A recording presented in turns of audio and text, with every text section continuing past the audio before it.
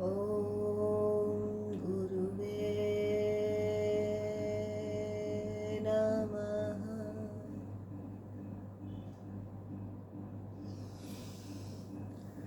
नमस्कार। आज हम बात करेंगे इर्रेस्पॉन्सिबल चिल्ड्रन के बारे में। तो हम बहुत सुनने में आता है चारों तरफ, बहुत सारे पेरेंट्स मुझसे आके बोलते हैं कि बच्चे कितने इर्रेस्पॉन्सिबल हो गए हैं।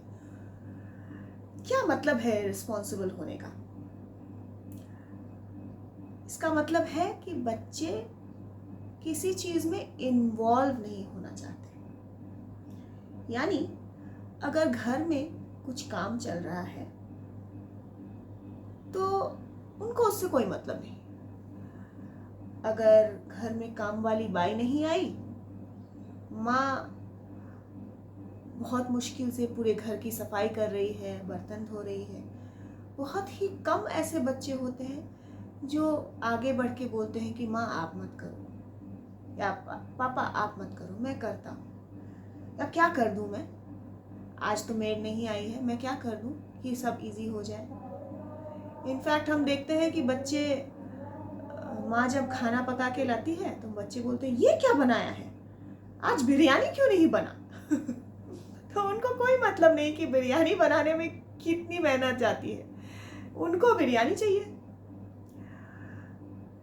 उनको कोई मतलब नहीं कि घर में कचरा हुआ, किसने कचरा उठा के फेंका, बाथरूम गंदा हुआ, कैसे साफ हुआ, इन सब से उनको कोई मतलब नहीं। वो अपनी ही दुनिया में रहते हैं। ऐसा क्यों हुआ, ऐसा क्यों हो रहा है? हम तो ऐसे नहीं थे, फिर आज बच्चे ऐसे क्यों होते जा रहे हैं? इसका क्या कारण है? आइए इस बात को समझते हैं। तो 3 शब्द हैं, एक है भाग्य, एक है सौभाग्य और एक है दुर्भाग्य। तो अगर हम उस जनरेशन से आते हैं कि जहाँ हमको अगर कुछ काम दिया जाता था, हमारे बड़े हमसे कुछ काम बोलते थे या कोई जिम्मेदारी हमें दिया जाता था, हमारे बड़े हमें देते थे, तो हम उसको या तो अपना कर्तव्य समझते थे या फिर अपना सौभाग्य समझते थे। ओ, इन्होंने हमसे ये काम बोला है, हम इसे सब इतनी अच्छी तरह से करेंगे कि उनको बहुत खुशी होगी। या फिर ये भी समझते थे कि हमारा कर्तव्य है, हमें ये करना चाहिए। पर आजकल क्या हो रहा है कि जब बच्चों को काम दिया जाता है तो वो सोचते हैं ये उनका दुर्भाग्य है, हाय मैं क्यों करूँ ये काम, ऐसा कैसे हो गया। तो अगर आप ध्यान दें तो ये पेरेंटिंग स्टाइल पे भी डिपेंड करता है। अब जो बच्चे हो रहे हैं, खासकर हमारे देश में जो बच्चे हैं, हम 1 या 2 बच्चे लाते हैं इस दुनिया में और उनको बहुत ही प्यार से बड़ा करते हैं। ऑफ कोर्स इसकी ज़रूरत भी है, लेकिन पहले ऐसा नहीं होता था। एक परिवार में कई बच्चे होते थे, माँ बाप के पास समय नहीं होता था एक एक का ध्यान रखने का, एक एक को प्यार से उठाने का, उनको हृदय से लगा के उनको रात को अपने साथ सुलाने का या फिर हमेशा अपने साथ रखने का इतना समय ही नहीं हुआ करता था, क्योंकि घर में बहुत काम हुआ करते थे।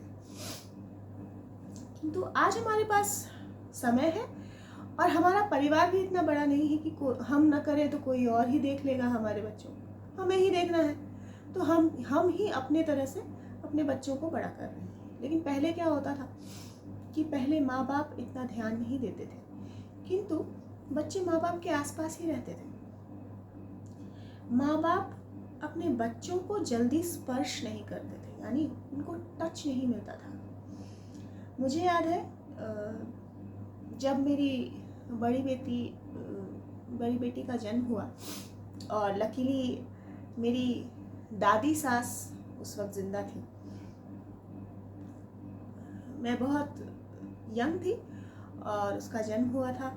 मुझे बहुत प्यारी लगती थी वो, ऑब्वियसली पहली बच्ची थी, बहुत प्यारी थी, तो मैं उसको अपने हृदय से चिपकाना चाहती थी।